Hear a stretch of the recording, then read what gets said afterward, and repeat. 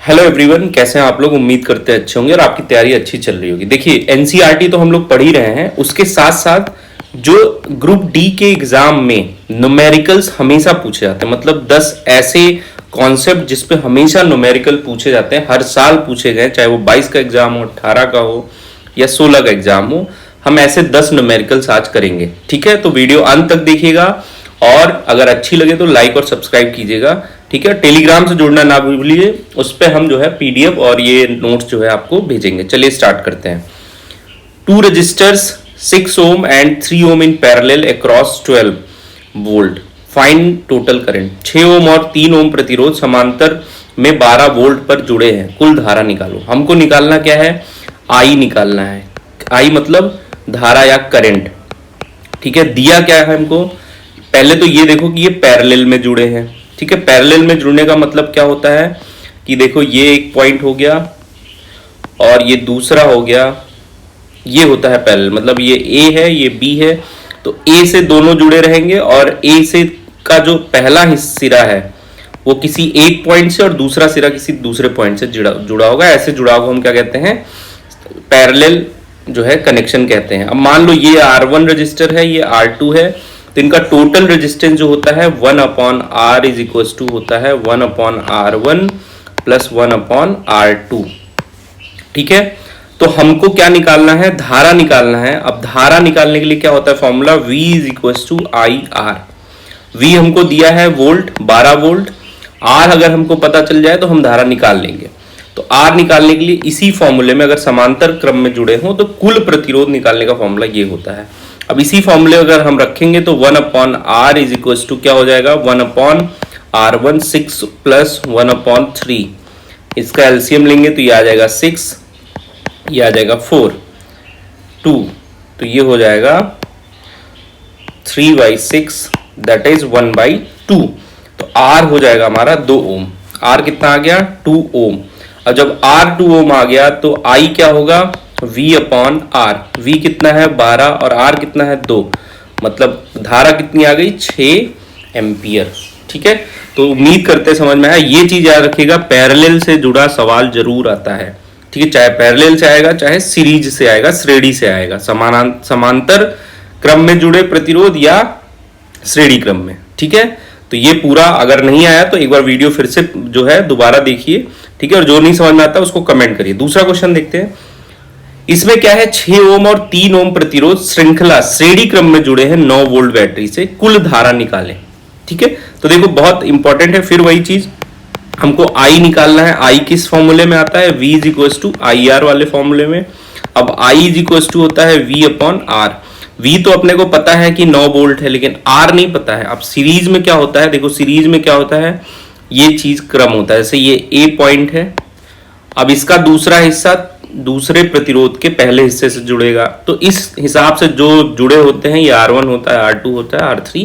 तो इस जो है संयोजन को हम कहते हैं श्रृंखला या श्रेणी संयोजन। तो इसमें जो R होता है वो R1 plus R2 plus R3 and so on, जितने भी जुड़े हैं उनके बराबर होता है। तो यहाँ पे R कितना हो जाएगा, R1 है अपना 6 ओम, R1 है अपना 6 प्लस R2 है अपना 3, तो मतलब R हो जाएगा 9 ओम। तो I कितना हो जाएगा, I is equal to V/R। V कितना है 9 और R कितना है 9, तो कितना आ गया 1 एम्पियर। कितना आ गया 1 एम्पियर। तो ये भाई दूसरे क्वेश्चन का जो है जवाब है, और ये आप जो है जरूर करके जाइएगा श्रेणी और श्रृंखला। अगला क्वेश्चन देखते हैं, तीसरा। 2 किलोग्राम गाड़ी 4 मीटर प्रति सेकंड से चल रही, गतिज ऊर्जा निकालनी। इस पे सवाल बहुत आते हैं। जैसे क्या है कि अगर कहेगा किसी वस्तु के वेग को 2 गुना कर दिया जाता है तो उसके गतिज ऊर्जा में कितना परिवर्तन होगा। तो सबसे पहले गतिज ऊर्जा यानी काइनेटिक ऊर्जा का formula K is equal to होता है ½ mv²।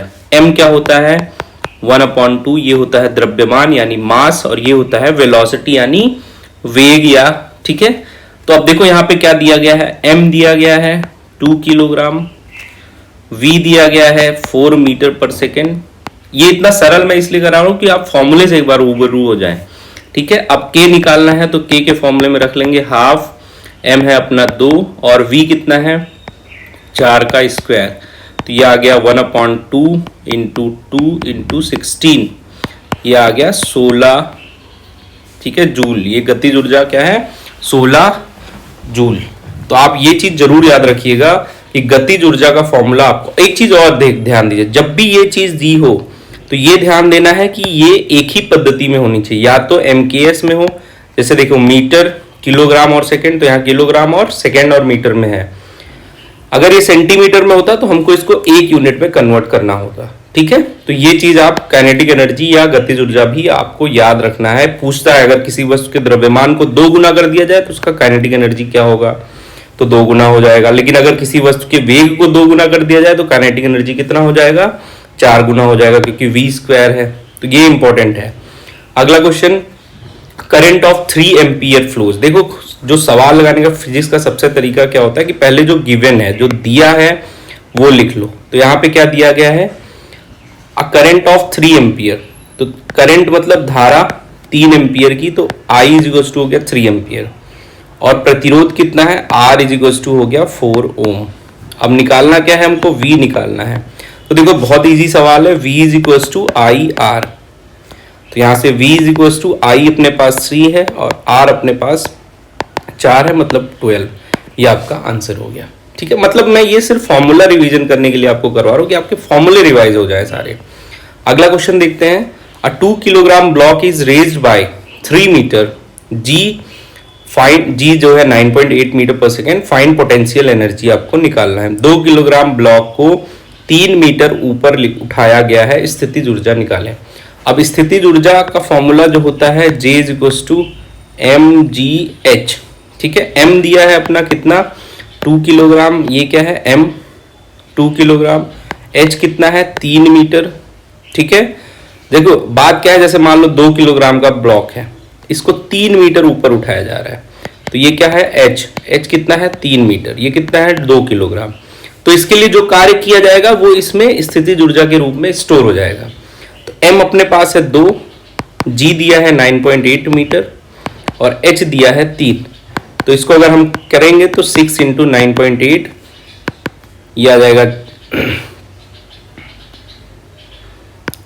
ये आंसर हो जाएगा 58.8 जूल, ठीक है भाई। ये चीज आप याद रखिए, स्थितिज ऊर्जा का फॉर्मूला होता है mgh, ठीक है भाई। अगला क्वेश्चन देखते हैं, a scooter increases its speed from 8 metre per second to 20 metre per second in 6 second, find acceleration. Acceleration निकालना है, त्वरण। एक स्कूटर 8 मीटर पर सेकेंड से 20 मीटर पर सेकेंड तक 6 सेकेंड में जाता है, त्वरण निकालें। जैसे आप बाइक भगाते हैं 40 किलोमीटर पर घंटे की रफ्तार से और 2 सेकेंड बाद 60 किलोमीटर पर, तो उसमें एक्सेलरेशन कितना होता है। अब देखो त्वरण का जो फॉर्मूला होता है, त्वरण का जो फॉर्मूला होता है या एक्सेलरेशन का, वो क्या होता है, वेग परिवर्तन की दर। क्या कहते हैं हिंदी में, इसको कहेंगे वेग परिवर्तन की दर। अब क्या होता है, वेग क्या है, त्वरण को हम a से निरूपित करते हैं, एक्सेलरेशन को इसके इक्वल टू फाइनल वेलोसिटी मान लो v है और इनिशियल वेलोसिटी u है अपॉन t।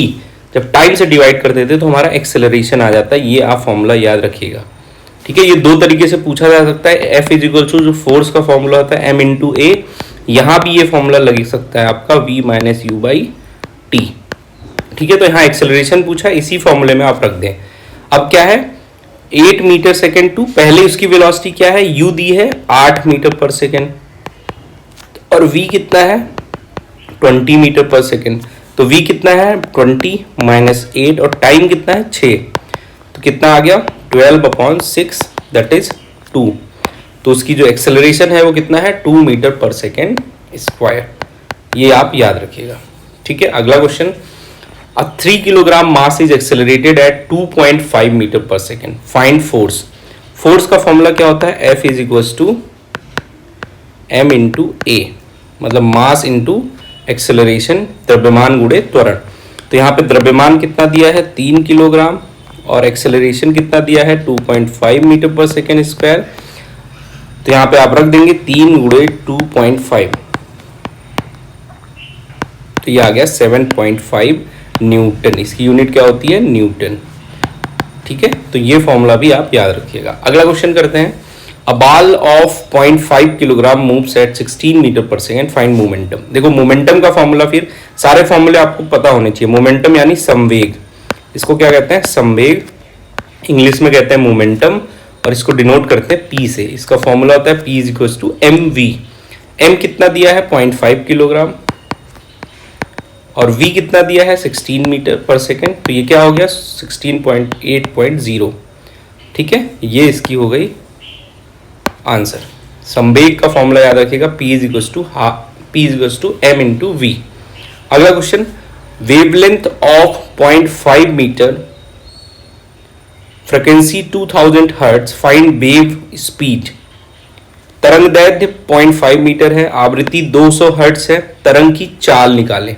ये भी क्वेश्चन इंपॉर्टेंट है। अब इसमें देखो तरंग की चाल का जो फॉर्मूला होता है, अगर इसको v से डिनोट करें तरंग की चाल को, तो इसका फॉर्मूला होता है फ्रीक्वेंसी यानी f इंटू वेवलेंथ। वेवलेंथ को हम लैम्डा से डिनोट करते हैं। तो आप याद रखिएगा तरंग की चाल यानी वेव स्पीड बराबर होता है फ्रीक्वेंसी इंटू वेवलेंथ। ठीक है, हिंदी में बोलेंगे तो तरंग की चाल बराबर हो जाएगा क्या, फ्रीक्वेंसी यानी कि आवृत्ति, और वेवलेंथ यानी तरंग दैर्घ्य। ठीक है, इसमें हम रख देंगे तो v इज इक्वल टू आ जाएगा, f कितना है अपनी फ्रीक्वेंसी 200 हर्ट्ज, और ये कितना है 0.5। तो इसको जब हम करेंगे तो कितना आएगा, ये आ जाएगा 100। आंसर क्या हो जाएगा आपका 100 मीटर पर सेकेंड। तो भाई ये आप याद रखिएगा, ये बहुत इंपॉर्टेंट क्वेश्चन है और ये हमेशा आता है एग्जाम में। तरंग की चाल is equal to frequency into wavelength. Work done is 900 joule in 30 second, find power. अब पावर का फॉर्मूला क्या होता है, P is equal to W by T. W क्या होता है वर्क डन, और T होता है टाइम। T क्या होता है टाइम। हिंदी में लिखेंगे पावर सामर्थ्य इज इक्वल टू या शक्ति इज इक्वल टू क्या होता है कार्य बटे समय। कार्य कितना है यहाँ पे, कार्य है 900 जूल और समय कितना है 30 सेकेंड। तो इसका आंसर कितना हो जाएगा 30। ठीक है, 30 वाट। इसका शक्ति कितना हो जाएगा 30 वाट। तो ये आपका आंसर हो जाएगा। ठीक है, तो ये टॉप मतलब 10 क्वेश्चन थे जिसमें बेसिक फॉर्मूलाज है, लेकिन इन फॉर्मूलाज पे हर बार क्वेश्चन आते हैं, ये आप समझ लीजिए। अगर वीडियो अच्छी लगी हो तो लाइक और सब्सक्राइब करिए। टेलीग्राम का लिंक डिस्क्रिप्शन में या आप कमेंट में देख सकते हैं, वहां पे आपको इसकी PDF मिल जाएगी। और ऐसी ही सीरीज हम लोग आगे कंटिन्यू करेंगे। चलिए पढ़ते रहिए। All the best.